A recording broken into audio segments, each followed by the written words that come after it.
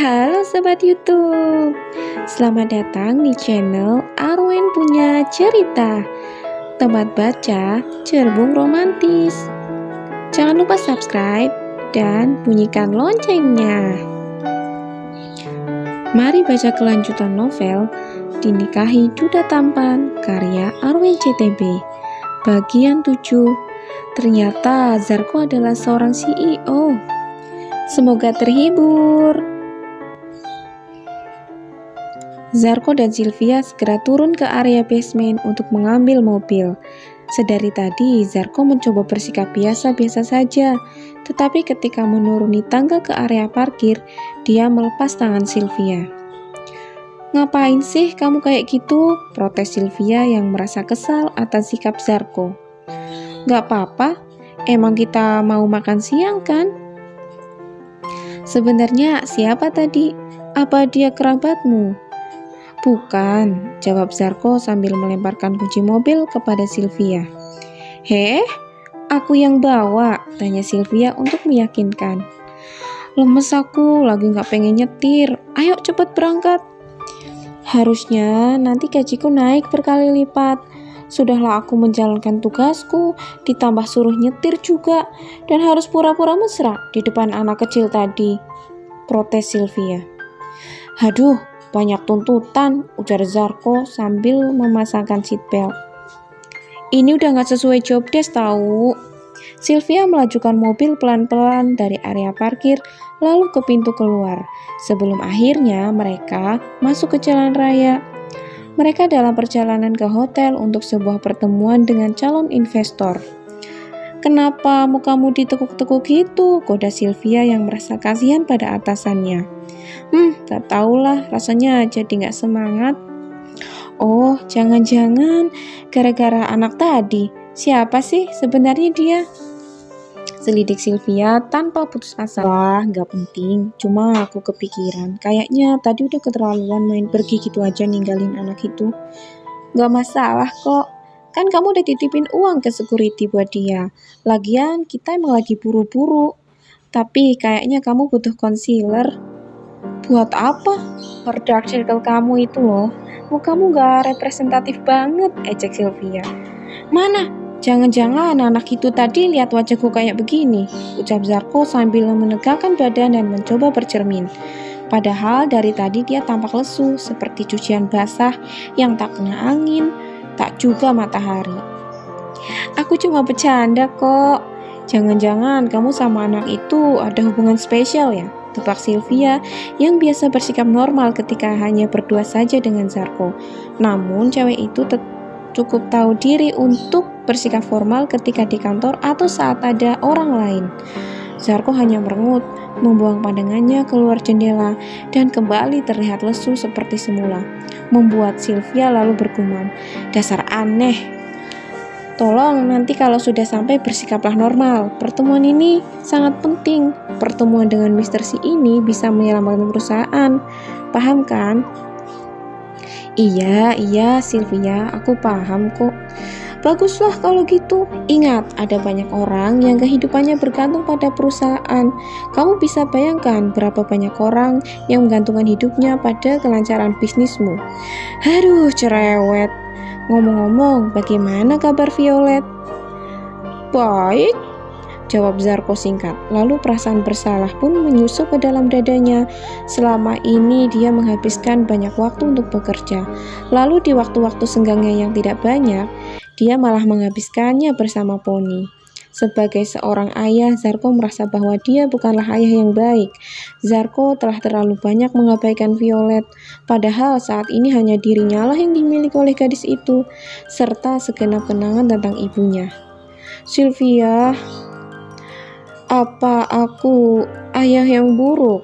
Zarko mengatakan hal itu tanpa memandang wanita di sampingnya, karena dia tahu sendiri jawabannya. Halo Sobat Gorgeous, sebelum lanjut cerita, bantu Mimin untuk klik subscribe yuk, supaya Mimin semangat lanjutin ceritanya. Security bernama Salim itu masuk ke lobi dan mendapati Poni masih berada di tempatnya semula. Wajahnya tampak memerah. Apa Nona perlu ke toilet? Tanya Nyonya sopan. Tidak perlu, Pak. Terima kasih, jawab Poni dengan suara bergetar. Saya akan pulang sekarang. Baiklah kalau begitu. Mau naik apa? Itu... Poni mendongak memandang pria di hadapannya. Pesen gokar aja, sarannya. Iya, Pak, jawab Poni sambil membuka aplikasi itu di handphonenya. Masalah bayar nanti saja sesampainya di rumah. Dia bisa pinjam uang tante. Nah, ini ada uang untukmu, ucap Pak Salim sambil menaruh uang itu di bawah telapak tangan Poni. Hah? Tapi Pak... Tenang aja, ini bukan uang saya, tapi uang dari bos perusahaan ini. Aneh ya, masa ngasih uang ke anaknya saja minta tolong sama security, kata Pak Salim santai. Bos perusahaan? Tanya Poni heran. Nona jangan khawatir, Pak Zarko pasti menyayangi Nona. Buktinya dia kasih uang walau nggak langsung. Anak-anak orang kaya memang kadang jarang pegang uang ya. Sudah, jangan sedih-sedih. Iya, Pak. Berbanggalah karena Pak Zarko adalah orang yang mampu menjalankan perusahaan tempat banyak orang gantungan harapan. Banyak orang cari penghidupan di sini. Poni mengangguk dan hampir saja menangis lagi, tersentuh oleh kata-kata Pak Salim.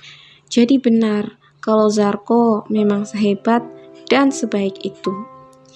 Dalam perjalanan pulang, Poni kembali merenung. Mungkin keputusan Zarko untuk mengakhiri hubungan mereka adalah hal yang benar. Seorang seperti Zarko harus bersanding dengan wanita yang sepadan, seperti Sylvia tadi, cantik, cerdas, juga dewasa, bukan dengan anak ingusan seperti dirinya. Mengingat itu, hatinya bagai tersayat-sayat. Sebelumnya, Poni pernah berpikir kalau Zarko adalah tambatan hatinya, belahan jiwanya, akhir dari perjalanan cintanya. Namun, mengetahui fakta yang sebenarnya membuat Poni merasa kecil. Siapa dia? Apa kebaikan diri Poni? Latar belakangnya saja tidak jelas. Bukan tidak jelas, namun tidak bisa diperhitungkan. Mungkin sekarang Zarko sadar kalau selama ini dia telah salah menjalin hubungan dengan Poni, dengan dirinya yang malang. Lalu kenapa selama ini Zarko tidak pernah cerita tentang pekerjaannya? Bukan sepenuhnya salah Poni kalau dia menganggap biasa-biasa saja. Violet pun tidak pernah cerita apa-apa. Padahal Poni juga sering main ke rumah mereka. Seketika Zarko menjadi begitu jauh, begitu asing bagi Poni. Dan yang paling menyakitkan adalah pria itu begitu jauh dari jangkauan, tidak mungkin tergapai. Kenapa nangis, Neng? Tanya driver yang menyadari kalau penumpangnya menangis. Gak apa-apa, Pak, jawab Poni sambil menyeka air matanya. Gak apa-apa kok nangis, Neng. Sedih ya? Iya, Pak. Nikmatin aja, Neng. Gak usah ditahan-tahan. Apalagi masa muda kayak Neng, masih banyak tantangan. Iya, Pak, makasih. Yang penting, Neng, jujur sama diri sendiri. Itu doang sih kalau menurut saya. Malah jadi nyerocos gini. Maafin ya, Neng. Asli, saya suka kasihan kalau lihat anak-anak muda. Saya pasti akan ingat kata-kata Bapak, kata Poni dengan senyum di wajahnya. Akhirnya mereka sampai dan Poni benar-benar berterima kasih karena telah diantar dan diberi kata-kata motivasi. Hari ini dia mungkin kehilangan orang paling berharga dalam hidupnya. Namun dia juga bertemu dengan orang-orang baik, Pak Salim, lalu driver gokar. Sesampainya di rumah, dia sudah siap untuk melakukan semua tugas dari Tante Yana. Wanita itu sudah pulang dari staycation-nya. Apapun yang terjadi, Poni harus tetap hidup. Kelak saat sudah lulus nanti, dia akan mengejar kesempatan untuk hidup yang lebih baik lagi.